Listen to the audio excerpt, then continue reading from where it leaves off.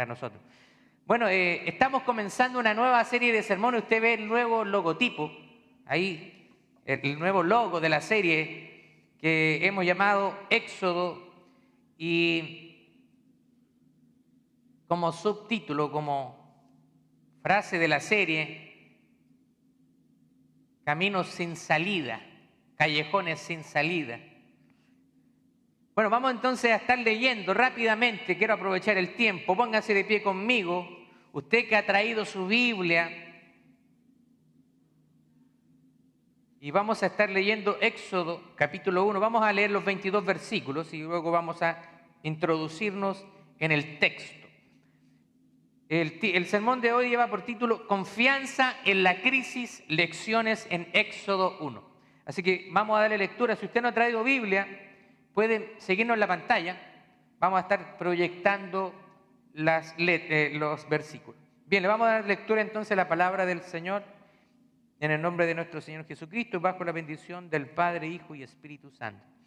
Éxodo 1.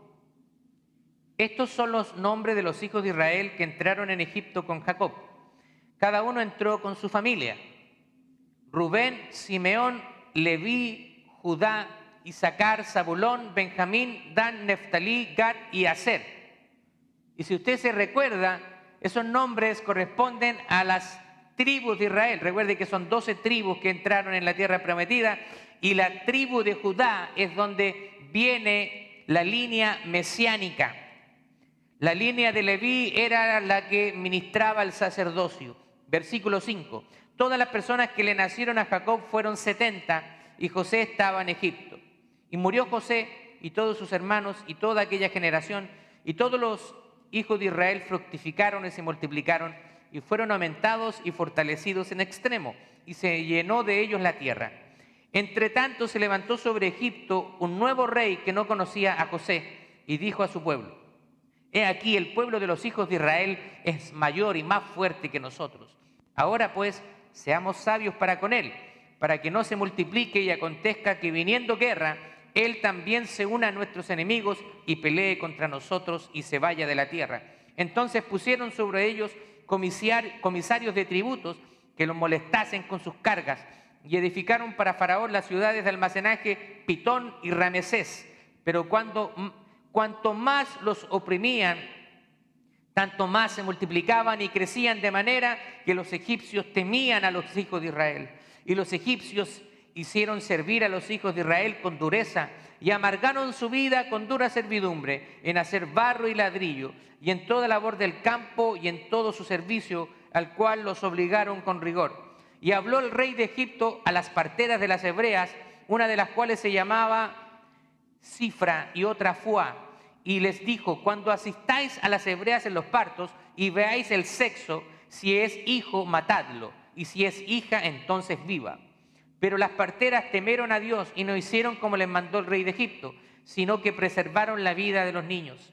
Y el rey de Egipto hizo llamar a las parteras y les dijo: ¿por qué habéis hecho esto y habéis preservado la vida a los niños? Y las parteras respondieron a Faraón: porque las mujeres hebreas no son como las egipcias, pues son robustas y dan a luz antes que la partera venga a ellas. Y Dios hizo bien a las parteras, y el pueblo se multiplicó y fortaleció en gran manera. Por haber las parteras temido a Dios, Él prosperó a sus familias. Entonces Faraón mandó a todo su pueblo diciendo: echad al río a todo hijo que nazca, y a toda hija preservad la vida. Amén, tome asiento.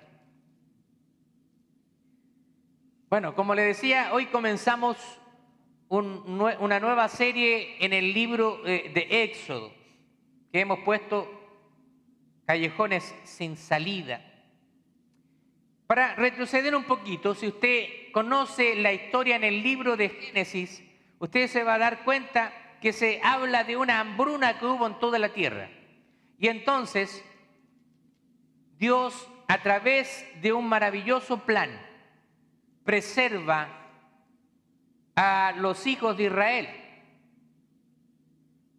José, uno de los hijos de Jacob, que después cambia su nombre a Israel, Él había sido vendido por sus hermanos como esclavo, recuerde. José, este varón que tenía la túnica de colores, que también gozaba de la preferencia de su padre. Así que otro consejo ahí, no hagamos diferencia entre nuestros hijos, porque eso puede causar raíces de amargura en ellos. Pero cuando José es vendido, Dios está orquestando todo un plan de sobrevivencia para la nación de Israel. Así que después los hijos de Jacob son enviados a Egipto y ellos se presentan ante José. José los reconoce, pero ellos no lo reconocen. Y él después manda a buscar a su padre. Y bueno, ellos después vivieron en la tierra. Recuerde que hay un pasaje que habla de los 7 años de vacas flacas y vacas gordas. Las vacas gordas representaban la abundancia que en ese tiempo ellos tenían que guardar grano para los 7 años de escasez que iban a venir sobre la tierra. Así que ellos ahora están viviendo en la tierra de Egipto. José ha pasado a ser como el primer ministro, la segunda persona más importante en el imperio egipcio, solamente después de Faraón. Pero las generaciones comienzan a pasar. Los que llegaron comienzan a morir. Y ahora se levanta un faraón que no conoce a José. Y ahora ese faraón piensa que el pueblo de Israel se está multiplicando y entonces ellos tienen que hacer algo porque o si no se les puede causar una rebelión. Ellos podrían unirse a sus enemigos y levantarse contra ellos. Así que esa es más o menos la perspectiva de lo que está ocurriendo aquí. Estas son las personas que llegaron a Egipto y como podemos ver, Dios los comenzó a multiplicar. Ahora, el libro de Éxodo es el segundo libro de la Biblia y es parte de lo que llamamos el Pentateuco.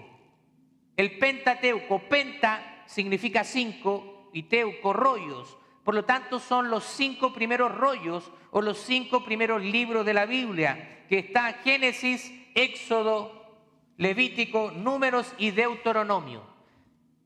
Haga esta práctica de aprender los libros de la Biblia. Yo tuve que aprender los libros de la Biblia completamente y tuve que recitarlos en una de las clases del seminario. Pero debiéramos nosotros practicar esa disciplina de aprendernos los libros de la Biblia. A veces yo veo a los hermanos cuando citamos un capítulo de la Biblia y decimos Apocalipsis y están buscando al principio. A veces ni siquiera sabemos dónde están los libros de la Biblia. Y peor aún cuando se trata de uno de los profetas menores, esos que tienen apenas 2 páginas. Algunos se abren la Biblia y para que no se den cuenta hace como que está leyendo el pasaje, pero nunca lo encontró. El desconocimiento de la palabra de Dios, pero nosotros tenemos que aprender la palabra de Dios. Ahora, Éxodo significa salida o partida. El libro en Éxodo se llama en hebreo Shemot y significa nombres. Era muy común para los israelitas darle el nombre al libro de la Biblia con una de las primeras frases del libro. Por ejemplo, el Génesis se llama Bereshit, que significa en el principio. Entonces ellos nombran al libro con la primera palabra, Bereshit, en el principio. Creó Dios los cielos y la tierra. Ahora, recordemos que lo que nosotros llamamos las escrituras hebreas, o lo que ellos le denominan el Tanaj, se divide en 3 partes.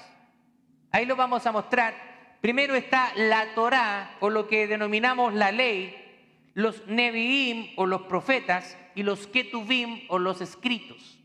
Esas son las 3 partes en que se dividen las escrituras hebreas. Usted tiene que recordar que para los hebreos, para los israelitas, para los judíos, solamente ellos aceptan las escrituras del Antiguo Testamento. Pero nosotros como cristianos aceptamos también la revelación del Nuevo Testamento.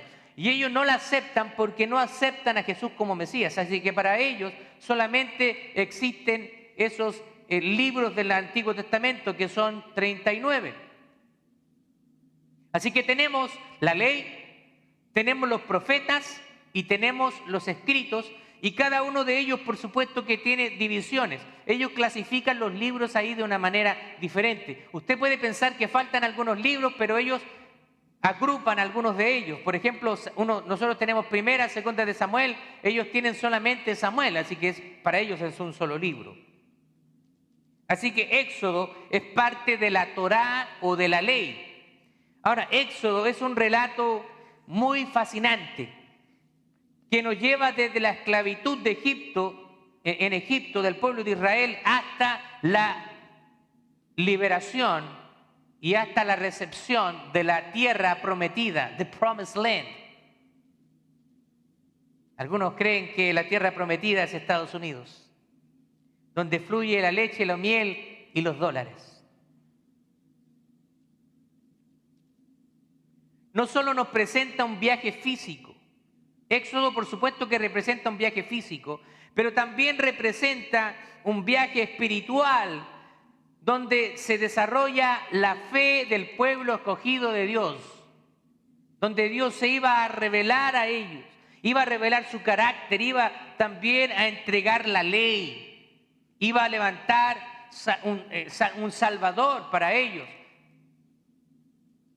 Así que el libro comienza con el recordatorio de la multiplicación del pueblo de Israel en Egipto.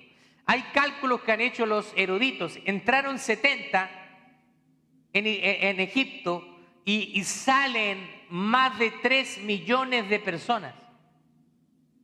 Imagínense, esos 70 se multiplican hasta llegar a millones de personas. Incluso los eruditos han tratado de ver cómo fue el paso del Mar Rojo, cómo se tendrían que haber agrupado para pasar el Mar Rojo en seco. Son cosas que a veces son fascinantes de pensar. Ahora, pero rápidamente, cuando nos menciona las personas que llegaron y se multiplicaron, luego pasa a lo que es la opresión, la resistencia y también la intervención divina. A medida que nosotros exploramos las páginas de acá del libro de Éxodo, vamos a encontrar que esta narrativa va más allá de un mero relato histórico, que por supuesto que es un relato histórico. Es una ventana abierta hacia la fidelidad inquebrantable de Dios. Podemos ver también su providencia en medio de la aflicción y la liberación poderosa y milagrosa que solamente Dios pudo darles al pueblo de Israel. Hay cosas que solamente Dios puede hacer. Así que el día de hoy vamos a estar adentrándonos en este capítulo 1. Y yo quiero pedirles que permitamos que el Espíritu Santo pueda abrir nuestros corazones, pueda abrir nuestra mente, nuestros ojos espirituales, y podamos recordar que así como Dios condujo a su pueblo, también nos guía y nos libera en nuestras jornadas espirituales. Así que vamos a comenzar dividiendo este pasaje, bastante extenso. Tuve que resumir todo mi estudio, pero vamos a tratar de dividirlo en 3 secciones principales. Primero, la multiplicación del pueblo de Israel, capítulo 1, versos 1 al 7. Así que nosotros podemos ver que la descendencia de Jacob, que es uno de los patriarcas, se multiplica en la tierra de Egipto, a pesar de las circunstancias adversas. A veces, en medio de la opresión, es cuando el pueblo de Dios más crece. Uno de los mártires del primer siglo dijo: la sangre de los mártires es la semilla del evangelio. Mientras más mataban a los cristianos, el Señor hacía que más se multiplicaran. Querían exterminarlos. Sin embargo, el Señor preservó a su pueblo y también preservó su palabra. Así que este primer punto nos enseña que incluso en medio de la opresión, Dios está obrando silenciosamente para cumplir sus propósitos. Ellos están siendo oprimidos. Muchos se preguntan: ¿dónde está ese Dios del cual hablaron nuestros padres? Y se están preguntando, ahí están siendo oprimidos. Pero a veces en medio de la opresión es cuando nosotros, como seres humanos, nos acordamos de Dios y comenzamos a clamar. A veces no lo hacemos cuando las cosas están bien. Pero ¿sabe qué? Aún así, el Señor, conociendo eso, aún así nos escucha. Él no es como nosotros. Cuando viene alguien a nosotros, quizás nosotros podemos decir, a pedirnos ayuda, ahora viene a pedirme ayuda, cuando la cosa está mal y cuando estaba bien, ni siquiera se acercó a mí. Nosotros como seres humanos quizás somos así, pero Dios no es así. Aun cuando venimos nosotros a Él, cuando están las cosas mal y no vinimos cuando estuvieron bien, aún así Él tiene misericordia de nosotros. Así que Dios no había terminado con su pueblo. De hecho, había mucho por hacer, pero antes de esto, Dios debía revelarse a sí mismo a su pueblo y mostrar su carácter, y que aquellos que entendieran que Él es un Dios personal, cercano, santo, y Él desea relacionarse con su pueblo. Hay personas que piensan que Dios creó el mundo y lo dejó en su curso natural, a su suerte, y que Dios ahora está lejos, en otro lugar. Olvidan la omnipresencia de Dios. Esa es la manera de pensar de los agnósticos. Ellos no niegan la existencia de Dios, pero dicen, no, Dios existe, creó todo, pero ahora no sabemos.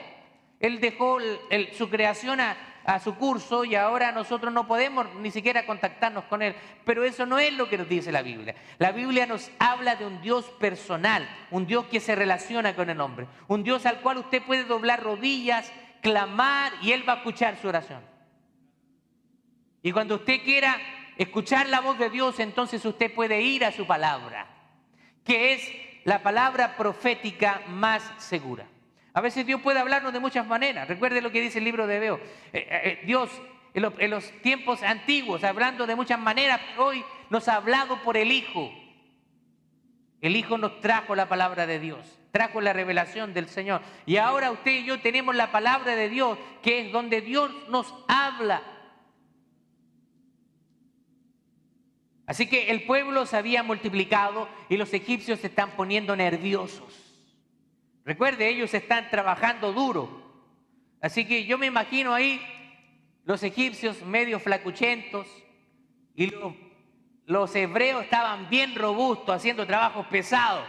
Así que lo empezaron a ver, digo, no, esto está poniéndose peligroso, estos hombres se están poniendo fuertes, se están multiplicando, así que hay que exterminarlos, hay que matarlos. Vamos a la segunda parte, la opresión y la resistencia del pueblo, desde el versículo 8 al 14. La multiplicación y la prosperidad de Israel provoca en el corazón de los egipcios temor. Y ellos, ¿qué es lo que hacen? Responden a esto, comienzan a someter a los israelitas a la esclavitud y a un maltrato. Los empiezan a oprimir. ¿Sabe lo que sucede también muchas veces con nosotros? Cuando la iglesia comienza a prosperar, empieza a multiplicarse, el enemigo de Dios y nuestro enemigo comienza a ponerse nervioso.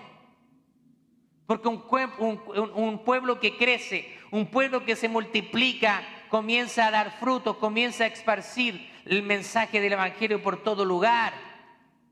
Así que el diablo va a tratar de buscar divisiones en la iglesia, va a querer dividirnos entre nosotros, va a querer hacernos pelear entre nosotros. Y hay algunos que lamentablemente van a darle cabida al diablo, pero nosotros tenemos que mantener la unidad en el vínculo de la paz. Todos somos diferentes, pero en Cristo podemos experimentar esa unidad. Así que Egipto tiene temor de este pueblo al ver que se está multiplicando y puede superarlos y unirse a sus enemigos. Y en este momento, según el estudio que yo hice, en ese tiempo los egipcios estaban temiendo la invasión de los hititas del norte. Usted puede buscar ahí, hacer un googleo y busque hititas. Es una civilización bastante interesante, pero quiero hacer un paréntesis. ¿Sabe que durante siglos se acusó a la Biblia de no ser verdadera, ya que mencionaba lugares y pueblos que no se tenía registro? Los hititas eran uno de estos. Los enemigos de la Biblia decían, la Biblia miente, habla de los hititas, no tenemos ningún registro de ellos. Así que la Biblia no es precisa. está inventándose un pueblo. Pero el primer descubrimiento de la arquitectura hitita fue realizado por el erudito francés Charles Texier en 1834, donde descubrió ruinas hititas, y más tarde, en 1888, los arqueólogos descubrieron una fortaleza hitita en la antigua ciudad de Ceyli, situada en el sur de Turquía. La fortaleza contenía muchas esculturas y bajorrelieves. Así que incluso la arqueología ha confirmado los relatos bíblicos. Es maravilloso. Es maravilloso. ¿Sabe que yo recuerdo que cuando estaba en el seminario había una clase que nosotros podíamos tomar? Era una clase de esas que son alternativas. No estás obligado a tomarla. Y entonces fue la clase de arqueología. Y cuando yo tomé esa clase de arqueología, y utilizamos un libro que se llama Las piedras claman, o The Stones Cry Out. Es un libro que habla de descubrimientos arqueológicos que confirman los relatos bíblicos. Así que a través de la arqueología, Dios ha usado la arqueología para validar su palabra. Es maravilloso. Ahora, de la misma manera que los egipcios, el diablo tiembla cuando el pueblo de Dios se multiplica, cuando el pueblo de Dios está creciendo, cuando nos estamos fortaleciendo, y él va a buscar la manera de destruirnos, de hacernos que nos dividamos. Cuando ve a los hijos de Israel prosperar, cuando ve que estamos haciendo discípulos, cuando ve que estamos multiplicándonos y estamos llevando el mensaje del evangelio a otros lugares, eso es algo que al enemigo no le gusta. Ahora, el comentario Enduring Word dice lo siguiente de esta multiplicación en Egipto. Lo voy a leer textualmente. Dice: este era parte del plan de Dios para Israel. La nación no podía crecer de esta manera en Canaán, ya que era prácticamente imposible evitar los matrimonios mixtos con los habitantes paganos y malvados de Canaán. Egipto estaba sesgado racialmente y tenía un sistema de separación racial tan arraigado que Israel pudo crecer allí durante varios siglos sin ser asimilado. ¿Qué significa esto? Dentro del plan de Dios fue que los israelitas estuvieran en esclavitud, porque de esa manera ellos se multiplicarían y no se mezclarían con pueblos paganos. Y eso tenía una razón de ser. Recuerde que el Señor quería cuidar el linaje de donde iba a venir el Mesías, de donde iba a venir Jesús. Por lo tanto, había una prohibición de tomar mujeres extranjeras en casamiento. Ellos debían solamente cuidar el linaje del pueblo de Israel. Así que lo que dice este comentarista es que si ellos hubieran permanecido en Canaán, lo más probable es que hubieran habido muchos matrimonios mixtos.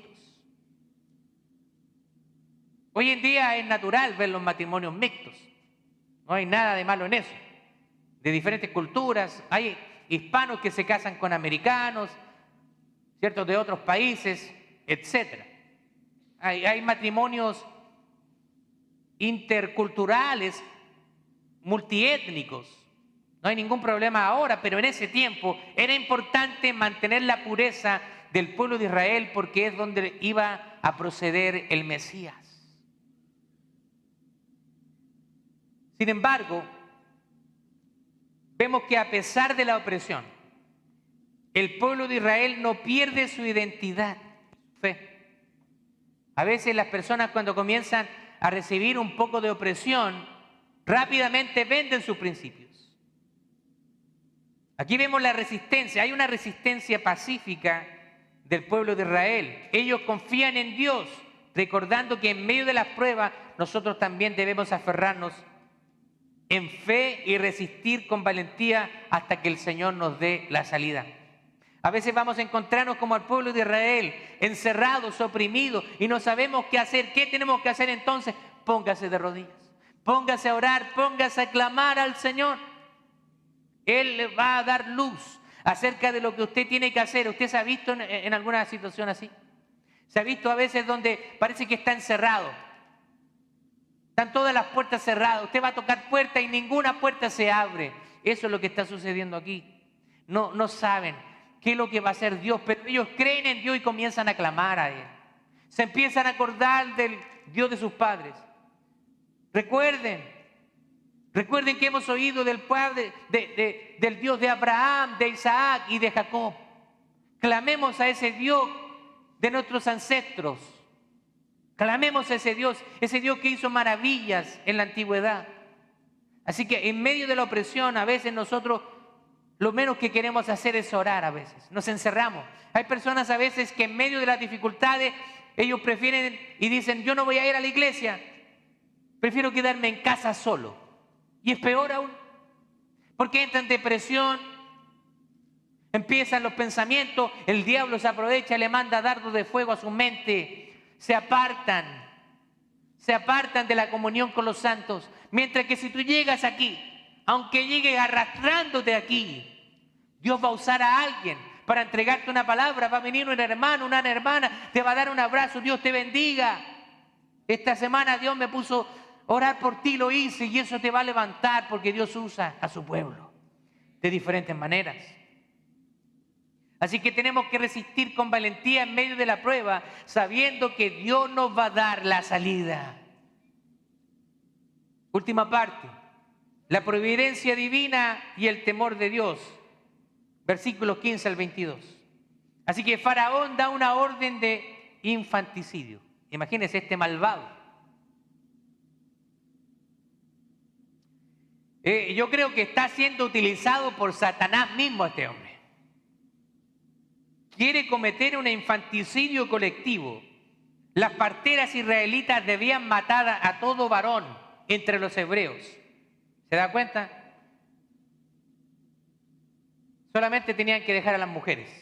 Nada de tonto estos egipcios. Matar a los hombres, pero que las mujeres las dejaran. Y nosotros vemos que acá se nombran a dos mujeres. Y cuando la palabra de Dios trae estos nombres tenían el propósito de que sus nombres fueran recordados perpetuamente por la obediencia de ellas a Dios y no por la obediencia hacia una autoridad humana, diabólica, satánica. Así que aquí tenemos a dos mujeres, Cifra y Fua. Ahora, se nombran dos parteras, pero obviamente que no eran solamente dos. Probablemente se nombran a estas dos parteras porque ellas estaban a cargo de grupos de parteras.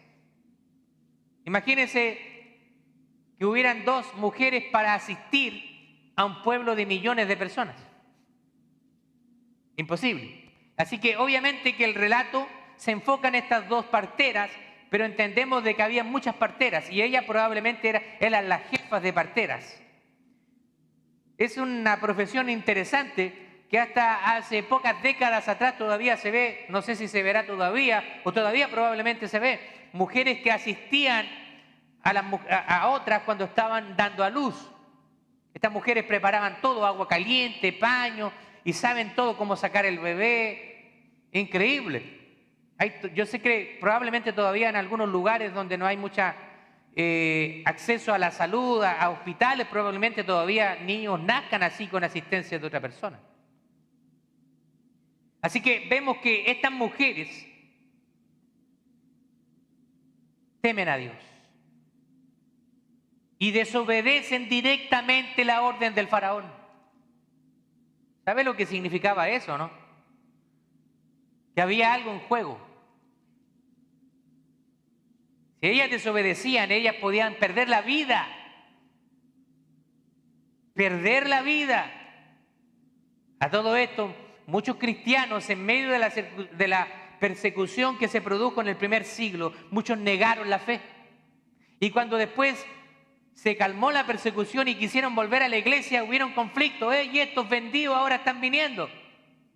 Ustedes si leen la historia de la iglesia, hubieron conflictos ahí.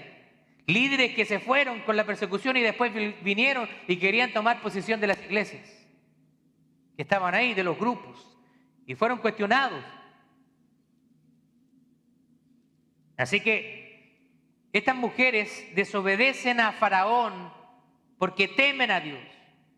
Ellas no están dispuestas a matar a sus bebés, pero la intervención divina y la fidelidad de aquellas mujeres que temen a Dios nos muestran que aunque el mal prevalece en el mundo, la mano de Dios siempre está obrando para preservar a su pueblo. La palabra del Señor dice, y esta es mi iglesia, dice Jesús, y las puertas del Hades no prevalecerán contra ella. El Señor ha protegido su iglesia. Gracias, Señor, por eso. Él ha preservado la iglesia. La persecución han tratado también de quemar la Biblia, pero el Señor ha preservado a su pueblo y su palabra. Así que la iglesia va a estar presente. ¿Hasta cuándo? Hasta que el Señor venga y nos levante y seamos arrebatados en las nubes. Así que todavía hay tiempo para los que no son parte del pueblo de Dios.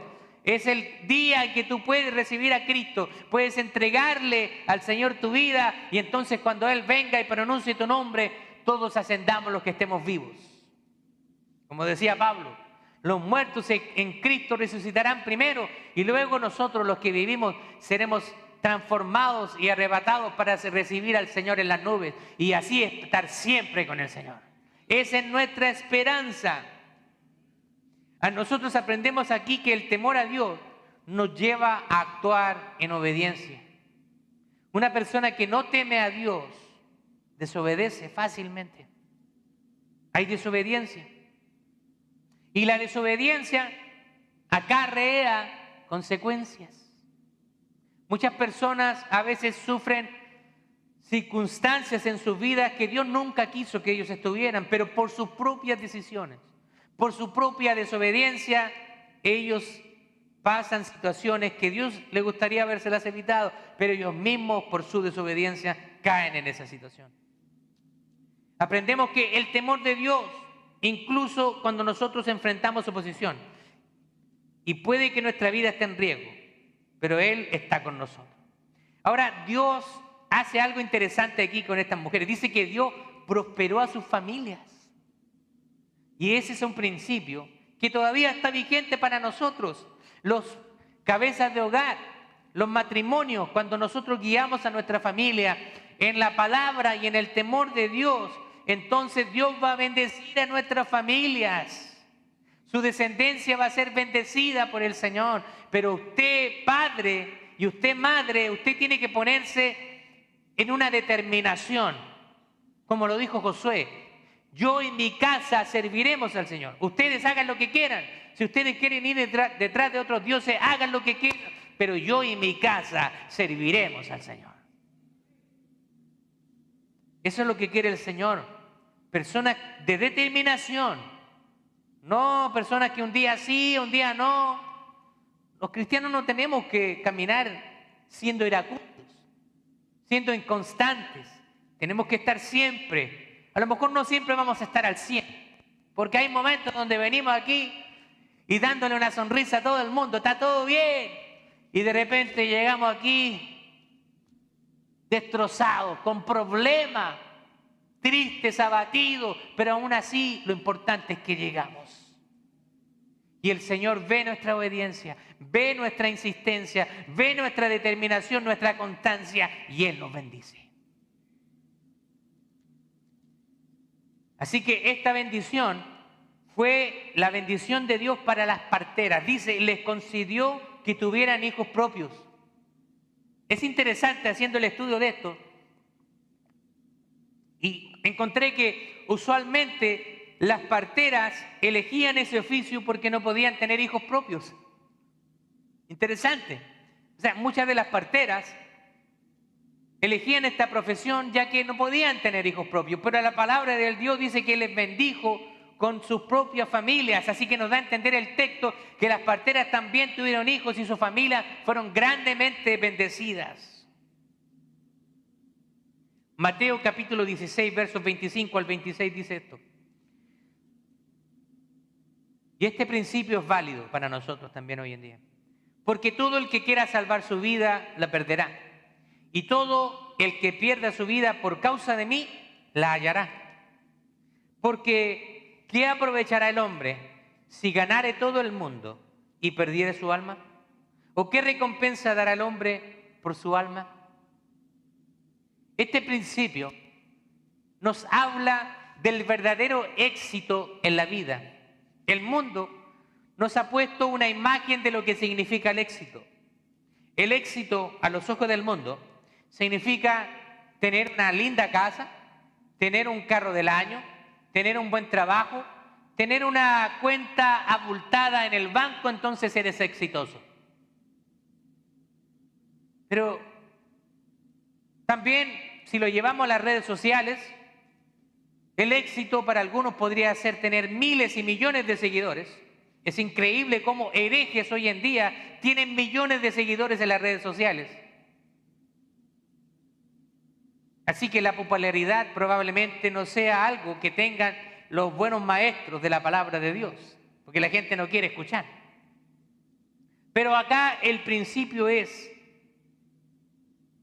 que todo aquel que quiera salvar su vida, la perderá. La palabra del Señor dice, buscad primeramente el reino de Dios y su justicia y todas las demás cosas van a ser añadidas. Pero a nosotros nos gusta al revés. Nos gusta ir por la añadidura. No, que tengo que comprarme la casa, que tengo que comprarme el auto, así que lo siento, tengo que trabajar. Otro día tendré tiempo para la iglesia.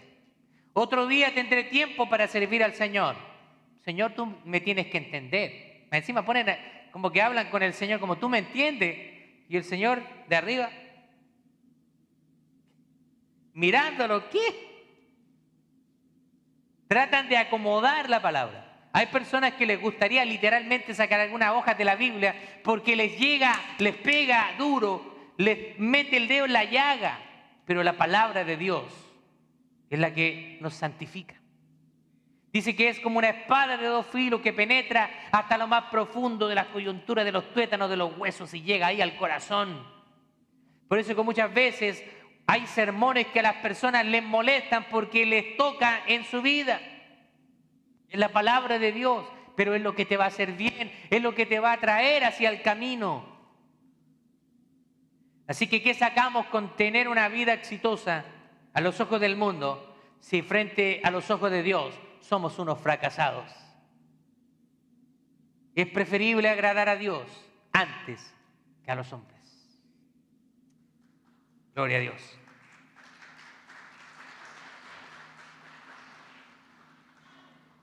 Vamos a pasar a la conclusión. Este pasaje nos recuerda que la fidelidad de Dios es nuestra roca en tiempos difíciles. Aférrese al Señor. Aunque enfrentemos opresión, aunque enfrentemos adversidad, nosotros podemos confiar en que Él cumple sus promesas y obra en nuestra vida de una manera que a veces ni siquiera entendemos. Como hijos de Dios debemos resistir con valentía, manteniendo nuestra identidad en Cristo y temiendo al Señor en todo tiempo. ¿Sabe qué? Yo le he contado a veces algunas historias de mi vida y a veces, le soy honesto, a veces me he visto como un poco dudoso de compartirla porque algunas personas son escépticas, no las van a creer, pero aún así las comparto porque no estoy mintiendo delante del Señor. Pero yo puedo contarle muchas historias de experiencias personales, pero yo quiero que usted viva sus propias experiencias. Recuerdo un tiempo donde estábamos pasando una situación difícil. El trabajo se había puesto difícil y estábamos bien apretados económicamente. Entonces, allá en Chile hay algunas casas que el agua caliente, hay un sistema de de Calefont, como un aparato que tiene un piloto con una llama y eso se conecta a un balón de gas. Entonces usted siempre mantiene uno de reserva. Bueno, los que tienen dinero, porque algunos ocupan ese y cuando se acaba mandan a pedir el otro. Entonces cambian el gas y el gas sirve para bañarse, ¿cierto? El agua caliente, todo eso. Entonces recuerdo que estábamos bien difíciles económicamente y mi esposa me dice, se acabó el gas. ¿Qué vamos a hacer? ¿Cómo nos vamos a bañar con agua helada en pleno invierno? Y todavía faltaba una semana para que yo pudiera tener dinero, así que... Y yo no sé cómo le dije esto, le dije, mira, tienes dos alternativas. Te bañas con agua helada o le oras al Señor para que Él provea. Así que ella empezó a orar al Señor por provisión. Hicimos algo loco ese día, a veces los cristianos hacemos cosas locas. Así que ella fue y puso las manos sobre ese balón de gas y empezó a orar, Señor, tú eres nuestro proveedor y el que multiplica donde no hay.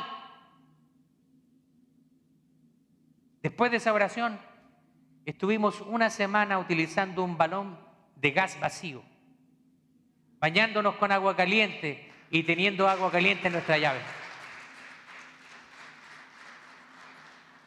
¿Sabe que esas son cosas milagrosas del poder de Dios actuando en nuestra vida? Pero muchas veces somos escépticos. ¿Cómo Dios me va a sacar de esta situación? ¿Qué voy a hacer si tenemos un Dios poderoso? Un Dios que abrió el mar rojo. Un Dios que destruyó al ejército de los egipcios. Un Dios que levantó a su Hijo de los muertos. Ese es el Dios que nosotros servimos. Y muchas veces nosotros tenemos a Dios como un Dios pequeñito.